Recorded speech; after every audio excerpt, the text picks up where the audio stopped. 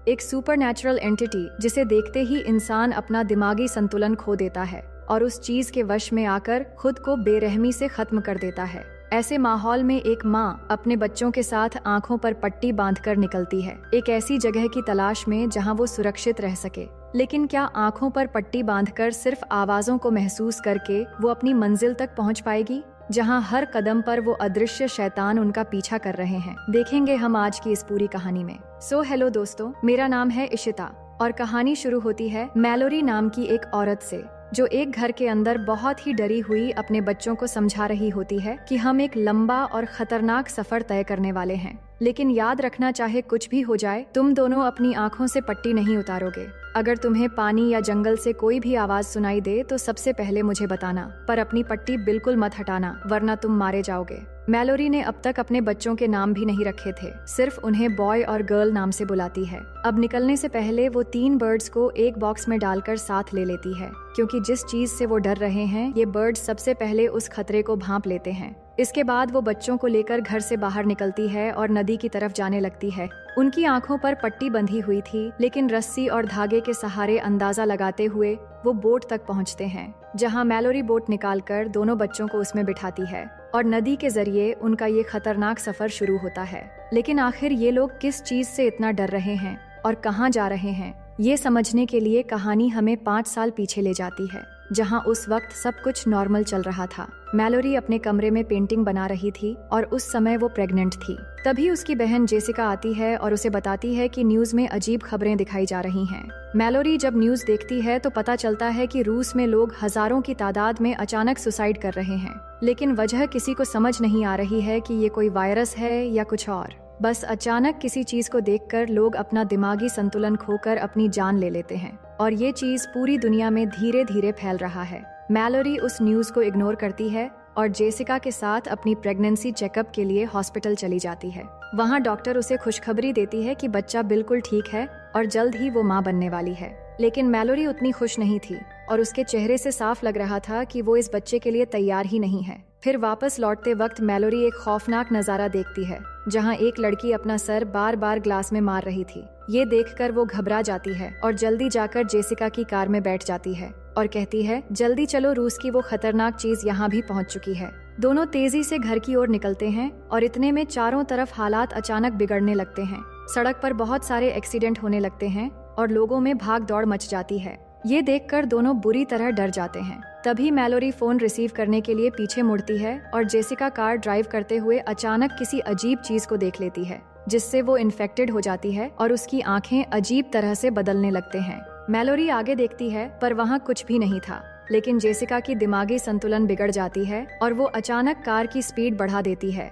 Malory उसे रोकने की कोशिश करती है पर जेसिका नहीं रुकती और तभी कार एक दूसरी गाड़ी से टकराकर एक्सीडेंट हो जाता है। दोनों बच तो जाते हैं और बाहर भी निकल आते हैं, लेकिन इससे पहले मैलोरी कुछ समझ पाती, जेसिका एक ट्रक के सामने जाकर अपनी जान दे देती है। अपनी बहन की ऐसी भयानक मौत देखकर मैलोरी बहुत ज्यादा डर जाती है। चारों तरफ लोग बुरी तरह डरे हुए थे और मैलोरी डर के मारे भीड़ के साथ सड़क पर दौड़ने लगती है, पर जल्द ही वो गिर जाती है। तभी एक औरत उसकी मदद करने आती है, लेकिन उससे पहले कि वो मैलोरी को उठा पाती, उसकी नजर उस अदृश्य चीज पर पड़ जाती है और वो अजीब तरह से किसी के वश में आकर जलती हुई कार में जाकर बैठ जाती है और वहीं अपनी जान दे देती है। ये सब उसका पति डगलस घर की खिड़की से देख रहा था, पर वो कुछ कर नहीं पाता।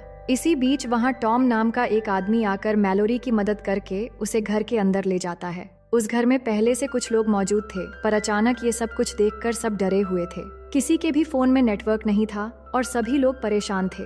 न्यूज में अब ये साफ हो चुका था कि ये अदृश्य चीजें पूरी दुनिया में फैल रही हैं और जो भी इंसान उस अदृश्य चीज को देख लेता है वो खुद की जान ले लेता है। पूरे स्टेट में इमरजेंसी अनाउंस कर दी गई है और सबको ऑर्डर दिया गया है कि घर के अंदर रहकर सारे खिड़की दरवाजे बंद रखे। अगर हो सके तो बाहर की रोशनी भी घर के अंदर न आने दे, ताकि कोई गलती से भी बाहर देख न पाए। इसी तरह से 3 दिन बीत जाते हैं, लेकिन अभी तक किसी को समझ नहीं आया था कि ये सब क्यों हो रहा है। रेडियो पर बार बार चेतावनी दी जाती है कि जितना हो सके घर के अंदर रहो और बाहर देखने की कोशिश भी मत करो।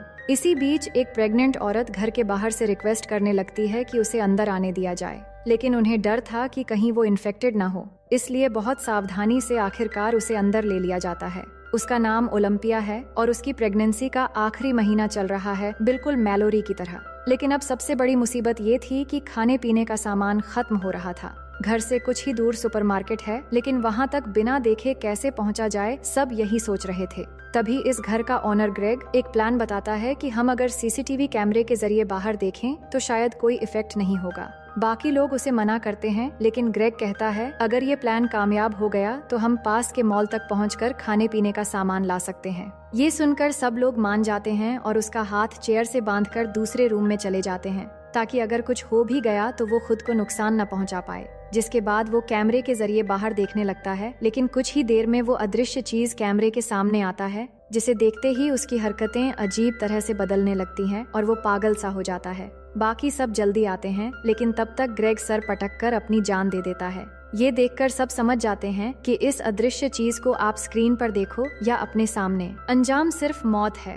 अब कहानी वापस प्रेजेंट में आती है, जहां मैलोरी और बच्चे पिछले 14 घंटे से बोट में सफर कर रहे थे। वो अपने साथ लाई हुई बर्ड्स को पानी पिलाती है और बार बार रेडियो से किसी से संपर्क करने की कोशिश करती है। तभी अचानक वो बर्ड्स चिल्लाने लगते हैं और उसी वक्त एक डरावनी आवाज मैलोरी को बार बार पुकारने लगती है, पर वो सब कुछ इग्नोर करके आगे बढ़ना जारी रखती है। कुछ दूर आगे जाने के बाद किनारे से एक आदमी आवाज लगाता है कि पट्टी निकाल दो, तुम यहाँ सुरक्षित हो और मेरे पास खाना भी है। लेकिन मैलोरी बच्चों को ब्लैंकेट से छुपाकर गन से चारों तरफ शूट करने लगती है। तभी वो आदमी बोट तक पहुंच जाता है और मैलोरी की पट्टी उतारने के लिए जबरदस्ती शुरू कर देता है। मैलोरी खुद को बचाने के लिए एक हथियार से उस पर हमला कर देती है और उसे घायल करके वहां से बच निकलती है।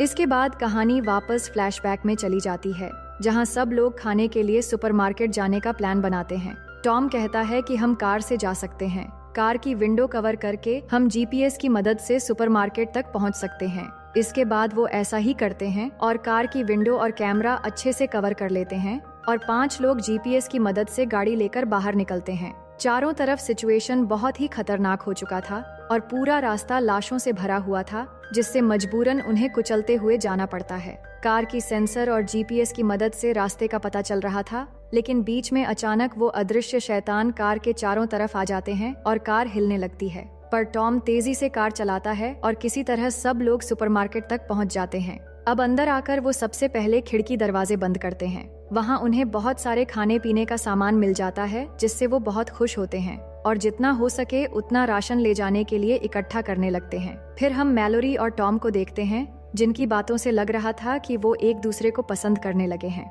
इसके बाद जब मैलोरी दूसरी साइड जाती है तो उसे वहाँ पिंजरे में 3 बर्ड्स मिलते हैं, जिन्हें वो अपने साथ रख लेती है और यही बर्ड्स आगे चलकर उसके सबसे बड़े सहारे बनते हैं। लेकिन उस दौरान कोई अनजान आदमी अंदर आने के लिए उनसे रिक्वेस्ट करने लगता है और उसकी आवाज से पता चल रहा था कि वो इन्फेक्टेड है। सब मना करते हैं, पर वो जबरदस्ती अंदर घुसने लगता है। तभी चार्ली सबको बचाने के लिए उस आदमी को धकेलते हुए बाहर चला जाता है और सबके लिए खुद को सैक्रिफाइस कर देता है। अब यहाँ एक सवाल उठता है कि कुछ लोग उन अदृश्य चीजों को देखकर सुसाइड कर लेते हैं, जबकि कुछ लोग इन्फेक्टेड होकर दूसरे लोगों पर हमला करते हैं और वो जिंदा भी रहते हैं। ऐसा क्यों हो रहा है और इसका असली राज क्या है, ये हमें जल्द ही पता लग जाएगा। इसके बाद बाकी बचे 4 लोग राशन लेकर वापस लौट आते हैं और चार्ली की खबर सुनकर सब लोग बहुत दुखी होते हैं। थोड़ी देर बाद रात होते ही घर के 2 लोग कार चुराकर भाग जाते हैं और इसका पता चलने पर सबको झटका लगता है, क्योंकि उसी कार से उनका राशन और जरूरी सामान लाया जा सकता था। अब कहानी फिर से प्रेजेंट में आती है, जहां मैलोरी और बच्चों को सफर करते हुए 24 घंटे हो चुके थे और वो सब थके हुए थे।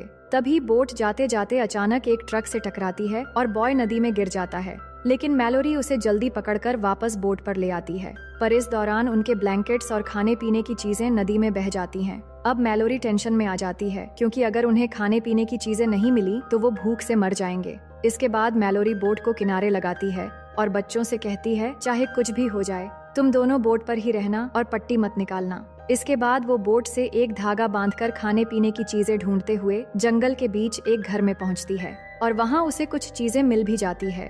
लेकिन सामान लेकर जब वापस लौटने वाली होती है, तभी वो अदृश्य शैतान उसके पीछे पड़ जाते हैं और उसे इंसानों की आवाज में बुलाने लगते हैं। मैलोरी भागती है और गोलियां भी चलाती है, लेकिन कोई फायदा नहीं होता। इधर गोली की आवाज सुनकर गर्ल एक रस्सी से खुद को बांधकर बोट से उतरती है और मैलोरी को ढूंढते हुए जाकर उस शैतान के बिल्कुल करीब पहुंच जाती है। लेकिन तभी मैलोरी उसे खींचकर वापस ले आती है और गुस्से में डांटती है कि मुझे कुछ भी हो जाए पर तुम आइंदा ऐसा कभी मत करना। जिसके बाद वो तीनों फिर से अपनी मंजिल की ओर सफर शुरू कर देते हैं। कहानी आगे बढ़ती है और फ्लैशबैक में देखते हैं जहाँ मैलोरी और टॉम के बीच धीरे धीरे नजदीकियां बढ़ रही थीं। दोनों के बीच भरोसा और अपनापन दिखने लगा था, लेकिन उसी रात हालात बदल जाते हैं। हम देखते हैं कि ओलिम्पिया गैरी नाम के एक अनजान आदमी को घर के अंदर ले आती है। ये देखकर सब लोग डर जाते हैं तो गैरी सबसे रिक्वेस्ट करने लगता है कि प्लीज मुझे यहाँ रहने दो। मेरे घर में कुछ साइको लोग घुस आए थे जिन्होंने मेरे दोस्तों की आंखें जबरदस्ती खोल दी और उन्हें उस शैतान को दिखा दिया। मेरे सारे दोस्तों ने खुदकुशी कर ली पर मैं किसी तरह बचकर भागते भागते यहाँ तक पहुँच गया। वो ये भी बताता है कि उन साइको लोगों की आंखों पर पट्टी नहीं थी, बल्कि उस शैतान को देखकर वो खुश हो रहे थे। गैरी की बातें सुनकर सब थोड़ा शांत होते हैं, लेकिन डगलस को बिल्कुल भरोसा नहीं होता और वो गुस्से में गन लेकर उसे बाहर निकलने की धमकी देता है और किसी की बात नहीं सुनता। तभी शेरल उसे पीछे से मारकर बेहोश कर देती है और फिर उसे गैरेज में बंद कर दिया जाता है। इसके बाद अगले दिन अचानक मैलोरी और ओलिम्पिया दोनों को एक साथ डिलीवरी पेन शुरू हो जाता है, लेकिन उसी वक्त गैरी अपना असली चेहरा दिखाता है। वो सबसे पहले उस शैतान की स्केच और तस्वीरें निकालकर टेबल पर रख देता है और उसकी आंखें देखकर पता चल रहा था कि वो उस शैतान के वश में आ चुका है। उसी दौरान मैलोरी और ओलिम्पिया अपने बच्चों को जन्म देती है। ओलिम्पिया को एक बेटी होती है और मैलोरी एक बेटे को जन्म देती है, लेकिन नीचे वाले कमरे में गैरी मैलोरी के बर्ड्स को उठाकर फ्रीजर में बंद कर देता है और खिड़कियों पर लगे अखबारों को निकालने लगता है। तभी डगलस उसकी हरकतें देखकर समझ जाता है कि वो भी उन्हीं साइको में से है जो उस शैतान को देखकर मरते नहीं बल्कि दूसरों की जान लेते हैं। इतने में टॉम नीचे आता है तो डगलस की बात सुनकर उन बर्ड्स को फ्रीजर से बाहर निकालता है,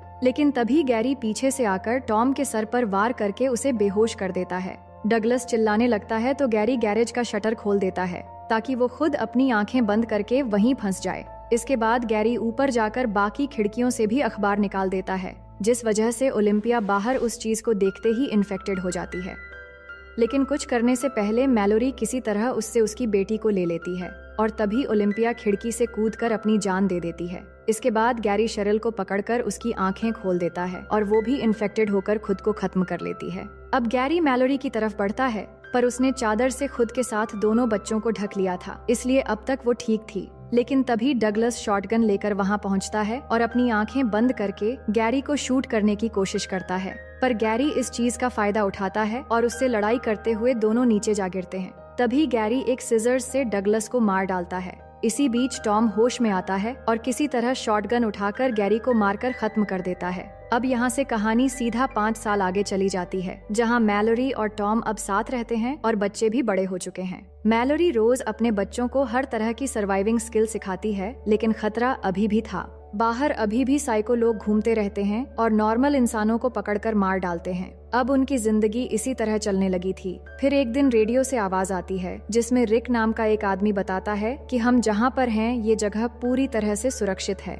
यहाँ पर हमारा एक कॉलोनी है और खाने पीने का पूरा इंतजाम है। तुम लोग नदी के बहाव के साथ आओगे तो 2 दिन लगेंगे। जब नदी का बहाव सबसे तेज होगा तो वहीं पास के जंगल के बीच हमारा कॉलोनी मिल जाएगा। वहाँ बहुत सारे बर्ड्स हैं जिनकी आवाज सुनकर तुम हमें ढूंढ सकते हो। टॉम को उस पर भरोसा हो जाता है, पर मैलोरी वहाँ जाने से मना करती है। वो कहती है शायद ऐसा भी हो सकता है कि वो इंसान गैरी की तरह इन्फेक्टेड हो जो हमें यहाँ से निकालकर मार देना चाहता है। फिर रात को जब टॉम बच्चों को कहानियां सुना रहा होता है तो मैलोरी गुस्सा करने लगती है कि बच्चों को ऐसे कहानियां मत सुनाओ, क्योंकि बाद में वो बाहर जाने की जिद करने लगेंगे। टॉम भी गुस्से में जवाब देता है कि सिर्फ सरवाइव करना काफी नहीं है, बच्चों को खुश रहना भी सिखाना जरूरी है। वो एक अच्छी जिंदगी, एक अच्छा परिवार और एक अच्छी माँ डिजर्व करते हैं, लेकिन तुमने तो अभी तक इनका नाम भी नहीं रखा, उन्हें सिर्फ बॉय और गर्ल कहकर बुलाती हो। टॉम की ये बातें सुनकर मैलोरी को बहुत बुरा लगता है और वो चुप हो जाती है, पर वो जानती थी कि वो सब कुछ इनकी भलाई के लिए कर रहा है। फिर रात को टॉम उसे समझाता है अगर हमें जिंदा रहना है तो वहाँ जाना ही पड़ेगा, और इस दौरान दोनों एक दूसरे के बहुत करीब भी आ जाते हैं।